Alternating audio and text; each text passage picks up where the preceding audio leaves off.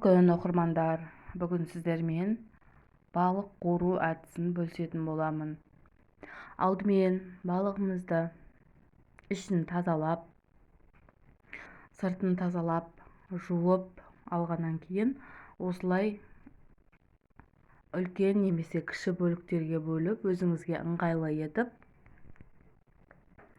тілшелер жасап аласыздар, жақсы қуырылу үшін. Болмаса бұдан да майда етіп қуырсаңыздар да болады, видеодағыдан майда етіп.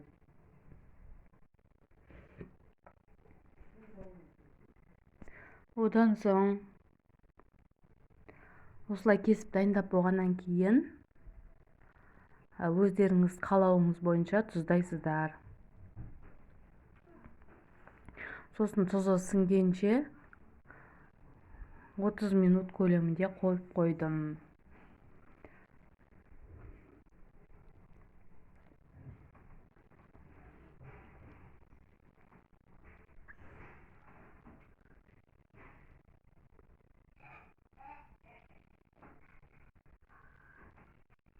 Неке осылай ортасын және тілше жасаған араларын барлығын жақсылап тұздап шығасыздар видеодағыдай етіп.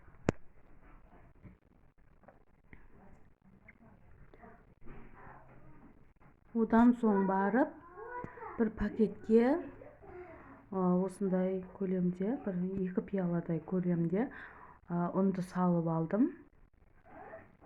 Одан соң жаңа 30 минут тұзға сіңген балығымды осылай жан-жағын бәрін ұнға тигізіп алып, ұнға аунатып алып, қызып тұрған майға орташа отта, баяу отта осылай жақсылап қызарғанша қуырып аламыз. Оттарыңыз қатты баяу емес, қатты қоймай, астын орташа етіп алыңыздар. Себебі қаттысына қойып қуыратын болсаңыздар тез қуырылады, арасы шикі болып қалады, ортасы дұрыс қуырылмай қалады. Сол себепті орташа отта ұзақтау уақыт жандары осылай мына қызарғанша, видеодағыдай қызарғанша осылай екі бетін аунатып, майға жақсылап қуырып аламыз.